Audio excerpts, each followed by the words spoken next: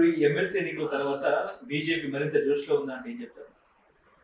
గెలుపు ఎవరికైనా ఉత్సాహాన్ని ఇస్తుంది కదా, అది ఎక్కడైనా గెలుపు ఉత్సాహాన్ని ఇస్తుంది. బీజేపీ 3 ఎమ్మెల్సీలలో 2 గెలిచింది కాబట్టి బ్రహ్మాండమైనటువంటి ఉత్సాహంతో కానీ ఈ గెలుపు అనేది తాత్కాలికమేనా లేకపోతే అధికారంలోకి వచ్చే అవకాశం ఉన్నట్టు కూడా మీరు భావిస్తున్నారు? నేను ఒకటి చెప్తా. ఇప్పుడు ఈ ఎమ్మెల్సీ ఎన్నికలు అనేవి ఎప్పుడు కూడా చాలా ఆలోచన చేసి ఓటేసే పరిస్థితి ఉంటుంది. మీరు ఉదాహరణకు ఒకటి గమనించండి, గ్రాడ్యుయేట్స్ ఎన్నికలలో ఎమ్మెల్సీలు మొదలైన తర్వాత మనం హైదరాబాద్ రంగారెడ్డి ఈ ఏరియాలు చూసుకున్నప్పుడు ఫస్ట్ నాగేశ్వర్ తెలుసు. అంటే ఓటరు నాగేశ్వర్ను ఎందుకు ఎన్నుకున్నాడు అంటే ఒక విజ్ఞానవంతుడు, బాగా మాట్లాడతాడు, అసెంబ్లీలో ఉండాలి అని చెప్పి ఆయనను ఎన్నుకున్నారు. దాని తర్వాత ఎన్నికలలో ఎమ్మెల్సీ రామచంద్రరావు గారు గెలిచింది బీజేపీ. ఎందుకంటే అప్పటి ప్రభుత్వం నాగేశ్వరరావుకు మద్దతు చేసిన దాని తర్వాత వీళ్ళు అనుకున్నటువంటి కార్యక్రమాలు కుదరలేదు కాబట్టి దాని వెంటనే మళ్ళీ ఎన్నికలలో రామచంద్రరావు గారు గెలిచింది. చాలా భారీ సంఖ్యలో మొట్టమొదటి ఓటర్లనే రామచంద్రరావు గారు మొదటి ప్రాంత ఓట్లతో గెలిచింది. దాని తర్వాత మళ్ళీ ఎన్నికలు వచ్చినప్పుడు టీఆర్ఎస్ నుంచి వాణిదేవి గారు గెలిచింది. 2వ ప్రాధాన్యత ఓట్లు సేమ్ ఇట్లనే కొంత మెజారిటీ తోటి వాణిదేవి గారు బయటపడ్డారు. దాని తర్వాత ప్రభుత్వం పోయింది కదా, అంటే దూరదృష్టితోటి ఎమ్మెల్సీ ఓటేసేటోడు చాలా దూరదృష్టిని ఆలోచన చేసి ప్రభుత్వానికి వ్యతిరేకంగా పనిచేస్తాడు. ఓటేసి కూడా ఓటేసి ఆ పని చేస్తుంది ఈ ప్రభుత్వానికి వ్యతిరేకంగా. ప్రతి దగ్గర కూడా ఈ ప్రభుత్వం బాగాలేదు, ఈ ప్రభుత్వం పనితీరు సరిగా లేదు, అందువలనే ఎమ్మెల్సీ ఎన్నికలలో ఓడిపోయింది, మేము ఓటు కూడా వ్యతిరేకంగా చేసినామని ప్రచారం చేయడానికి ఈ యువత సన్నద్ధంగా ఉంటుంది. కాబట్టి ఇది రేపు భారతీయ జనతా పార్టీ చాలా బలమవుతుంది. కాబట్టి భారతీయ జనతా పార్టీ ఇప్పటికే బలంగా ఉన్నది. 8 పార్లమెంట్లు గెలిచింది, 8 అసెంబ్లీలు. ఉత్తర తెలంగాణ బలంగా ఉంది. ఉత్తర తెలంగాణ దక్షిణ తెలంగాణ అని చెప్పుకుంది. ఇప్పుడు దక్షిణ తెలంగాణ ఉత్తర తెలంగాణ కంటే భారతీయ జనతా పార్టీ బలపడుతున్నది. చెప్పగల నీరులో వస్తున్నదా అంతే కదా, భారతీయ జనతా పార్టీ బలపడుతున్నది. ఈ బలం రేపు వచ్చే ఇంకా 3 ఏళ్లలో 4 ఏళ్లలో ఎన్నికలు ఉన్నాయనుకోండి, అప్పటికి ఈ బలం రెట్టింపు అవుతుంది కదా. ఖచ్చితంగా ఈ ప్రభుత్వం చేసేటువంటి కార్యక్రమాల మీద ప్రజలకు విసుగొస్తుంది. ఆ ఏదైతే స్పేస్ గ్యాప్ ఉందో ఆ గ్యాప్ భారతీయ జనతా పార్టీ ద్వారా మాత్రమే ఫిలప్ అవుతుంది.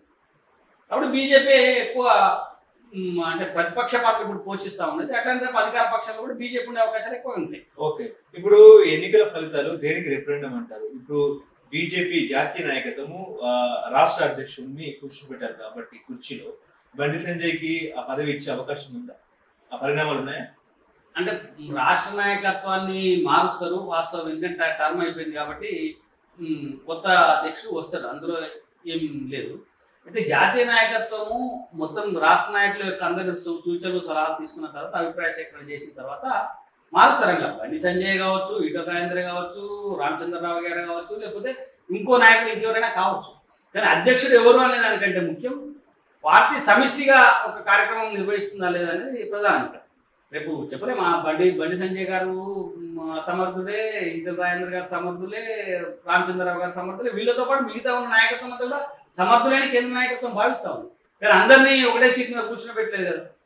ఎవరికో ఒకరికి రాష్ట్ర అధ్యక్ష పదవి వస్తుంది, అందరి ఉమ్మడి నిర్ణయం మేరకే జరుగుతుందని స్పష్టంగా. అంటే నిన్న మొన్నటి దాకా ఈటల రాజేందర్కి పదవి ఇస్తారని చెప్పేసి కూడా సోషల్ మీడియాలో చక్కర్లు కొట్టిన పరిస్థితి.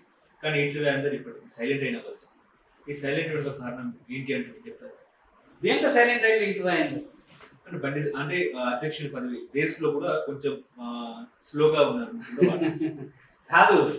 పత్రికలు రాయడం మానేసినాయి, గతంలో రాసినాయి, ఇప్పుడు రాసలేవు అంతే. కానీ ఈటల రాజేందర్ ఎక్కడ స్లోగాలే, ఎక్కడ ముందు అప్పుడు ముందర ఉడకలే, ఇప్పుడేం స్లోగా. ఈటల రాజేందర్ కార్యక్రమాలు ఈటల రాజేందర్ చేసుకుంటూనే పోతున్నాడు, ఎక్కడ ఆయన కార్యక్రమాలు ఆపింది లేదు. బండి సంజయ్ గారు కార్యక్రమాలు చేసుకుంటూనే పోతున్నారు. రామచంద్రరావు గారు కార్యక్రమాలు చేసుకుంటూనే పోతున్నారు. డికే అరుణ కానీ, అరవింద్ కానీ, ఎవరి పనులు వాళ్ళు చేసుకుంటూ పోతాము. ఎందుకు పెట్టలేదు? నిన్ననే ఎవరు బీజేపీ ఆఫీసులో ప్రెస్ మీట్ పెట్టారు. బీజేపీ ఆఫీసులో మొన్న వారం కింద పెట్టి రాజేందర్ గారు నిన్న మొన్న మొత్తం నియోజకవర్గంలో పర్యటన చేస్తా ఉన్నారు. జగద్గిరిగుట్టలో దేవాలయాలకు నోటీసులు ఇస్తే నిన్న పోయి పెద్ద ఎత్తున ధర్నా చేసి మాట్లాడి వచ్చిండ్రు మన ఈటల రాజేందర్ గారు. రామచంద్రరావు గారు 3 ఎలక్షన్లకు ఇన్ఛార్జిగా వ్యవహరించారు. పార్టీ సభ్యత్వ నమోదుకు ఇన్ఛార్జిగా వ్యవహరించి రామచంద్రరావు గారు చాలా విస్తృతంగా పర్యటన చేసి పార్టీ చెప్పిన ప్రతి పనిని రామచంద్రరావు గారు నిర్వహించారు. అట్లనే ఎన్నికలలో విరామం లేకుండా ప్రచారం చేసి మొత్తం ప్రచార బాధ్యతలను ఒంటి మీద వేసుకున్నాడు బండి సంజయ్ గారు. కాబట్టి ఎవరి పనులు వాళ్ళు ఉన్నారు. ఈ అధ్యక్ష పదవి వస్తుందా రాదా, దీనికి ఏం చేయాలి అనేది ఎవరు ఆలోచన లేదు.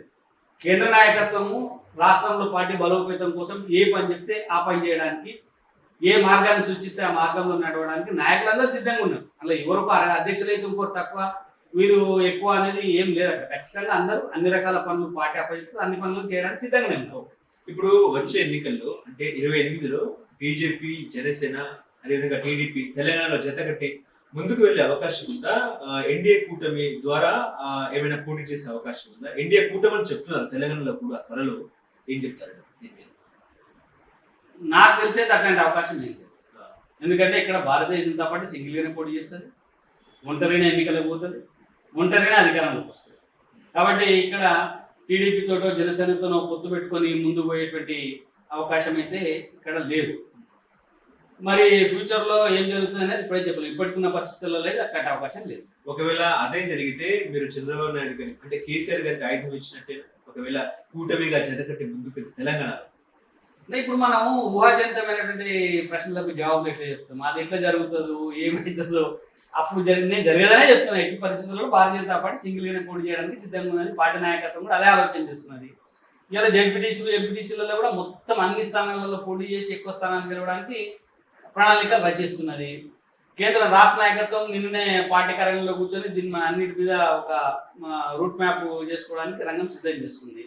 కాబట్టి నాకుండే అవగాహన మేరకు, ఆలోచన మేరకు ఎట్టి పరిస్థితుల్లో కూడా వచ్చే ఎన్నికలలో బీజేపీ ఒంటరిగానే ముందరికి పోతుంది తప్ప మిగతా పక్షాలను కలుపుకునేటువంటి అవకాశం అయితే లేదు. అంటే చంద్రబాబు నాయుడు కూటమి ద్వారా తెలంగాణలో ప్రవేశిస్తున్నారు కాబట్టి రేపు మాకు కేసీఆర్ కూడా బయటికి వచ్చే అవకాశం ఉంది, అసెంబ్లీకి వస్తున్నారు. అదేవిధంగా బనకచెర్ల ప్రాజెక్టు నుంచి చంద్రబాబు నాయుడు నీళ్ళని తీసుకుపోతున్నారని చెప్పేసి హరీష్ రావు ఆరోపిస్తున్నారు. ఏం చెప్తారు? ఇప్పుడు హరీష్ రావు అసలు నీళ్ళ విషయం వచ్చినప్పుడు బనకచెర్ల నుంచి తీసుకుపోతున్నారా, పోతిరెడ్డిపాడు నుంచి తీసుకుపోతున్నారా, లేకపోతే ఇక్కడి నుంచి ఆంధ్రాకి నీళ్ళు ఎక్కువ పోతున్నాయి అని చెప్పి ప్రతిపక్షంలో ఉన్నప్పుడు మాట్లాడుతున్నాడు. అధికార పక్షంలో ఉన్నప్పుడు ఎందుకు మాట్లాడలేదు? ఇలా రాజశేఖర రెడ్డి పోతిరెడ్డిపాడుకు పొక్కలు కొట్టి నీళ్లు తీసుకుపోయినప్పుడు వ్యతిరేకించినటువంటి బీఆర్ఎస్ పార్టీ అధికారంలోకి వచ్చిన తర్వాత జగన్ అధికారంలో ఉన్నప్పుడు పూర్తిగా సహకరించి నీళ్ళు ఇచ్చేసింది కదా. రాజశేఖర రెడ్డి ఒక్క పొక్క కొడితే జగన్ 10 పొక్కలు కొట్టి తీసుకుపోయింది కదా నీళ్లు. అప్పుడు నువ్వేం మాట్లాడలే కదా. అప్పుడు రాయలసీమ అభివృద్ధి కోసం నేను కృషి చేస్తా, ఇక్కడ పంటలు పండాలి అని చెప్పి పోయి నువ్వు రాయలసీమలో పోయి వాళ్ళతోటి దావతులు చేసుకొని వచ్చినావు కదా. అధికారంలో ఉన్నప్పుడేమో అలే తీసుకుంటావు జగన్తో, అధికారంలో పోయినాక ఇప్పుడు వచ్చి నువ్వు ఏదంటే అది మాట్లాడతావు. దీని వెనక ఒకటి నాకు అనిపిస్తా ఉంది. ఇలా అక్కడ ఆంధ్రాలో కూడా ఒక నాయకుడు మాట్లాడినాడు. సరే ఆయన పేరు తీసుకోవడం నేను తీసుకోవట్లేదు. ఆంధ్రాలో ఒక నాయకుడు మాట్లాడినాడు. ఏం మాట్లాడినాడు? తెలంగాణ విషయంలో ఆంధ్రాకు తెలంగాణకు మధ్యన ఒక రకమైనటువంటి గ్యాప్ వచ్చే విధంగా మాట్లాడాడు. ఇక్కడ ఆంధ్రాకు తెలంగాణకు ఒక రకంగా గ్యాప్ వచ్చి తెలంగాణ అంశాన్ని ఎత్తుకొని ఇలా హరీష్ రావు వీళ్ళు మాట్లాడుతున్నారు. అంటే ఏంది?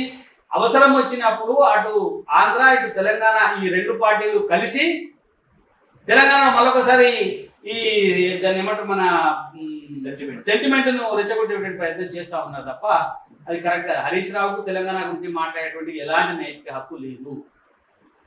నీళ్ళ గురించి మాట్లాడడానికి అసలే లేదు. ఎందుకంటే వాళ్ళ ప్రభుత్వంలో ఆయన నాయకత్వంలోనే నీళ్ళన్నీ ఆంధ్రాకి వెళ్ళిపోయింది. తర్వాత ఇప్పుడు వీళ్ళు చెప్తా ఉన్నారు, అసలు వాళ్ళు హరీష్ రావు చెప్పాలి ఫస్ట్, లేకపోతే కేటీఆర్ గారు చెప్పాలి. వీళ్ళు ప్రాంతీయ పార్టీ జాతీయ పార్టీ? జాతీయ పార్టీ. మరి జాతీయ పార్టీ అని చెప్తే నువ్వు ప్రాంతీయ మాటలు మాట్లాడతావేంది? నువ్వు ఆంధ్రప్రదేశ్లో కూడా నీ శాఖను పెట్టినావు కదా, అప్పుడు ఒక కార్యాలయం పెట్టినావు, ఒక అధ్యక్షుని ప్రకటించినావు, అన్ని చేసినావు కదా. నీ జాతీయ పార్టీ కదా. నువ్వు జాతీయ పార్టీ అయినప్పుడు ఒక్క ఈ రాష్ట్రం కోసం మాట్లాడేటువంటి పార్టీ ఒక్క బీఆర్ఎస్ పార్టీ అని చెప్పి చెప్తావు. నువ్వు ఇప్పటికి కూడా ఒక నిర్ణయం తీసుకొని వాళ్ళు చెప్పాలా మీది జాతీయ పార్టీ ప్రాంతీయ పార్టీ? జాతీయ పార్టీ అయితే మీ జాతీయ పార్టీ అధ్యక్షులు ఎవరు? మీ జాతీయ పార్టీకి ఒక కేసీఆర్ అధ్యక్షుడు అయితే మరి తెలంగాణ రాష్ట్రానికి అధ్యక్షుడు ఎవరు? ఇప్పటిదాకా తెలంగాణ రాష్ట్రానికి అధ్యక్షులు లేరు. జాతీయ అధ్యక్షుడు పాత్ర కేసీఆర్ పోషిస్తున్నాడు, తెలంగాణ అధ్యక్షుడి పాత్ర కేసీఆర్ పోషిస్తున్నాడు కదా. మరి నీకే లోకమే మీరే సరిగ్గా చూసుకోలేనప్పుడు మిగతా గురించి మాట్లాడేటువంటి పరిస్థితి ఓన్లీ సెంటిమెంట్ రెచ్చగొట్టాలి, తద్వారా లబ్ధి పొందాలంటే కుదిరేటువంటి పని కాదు. ఓకే.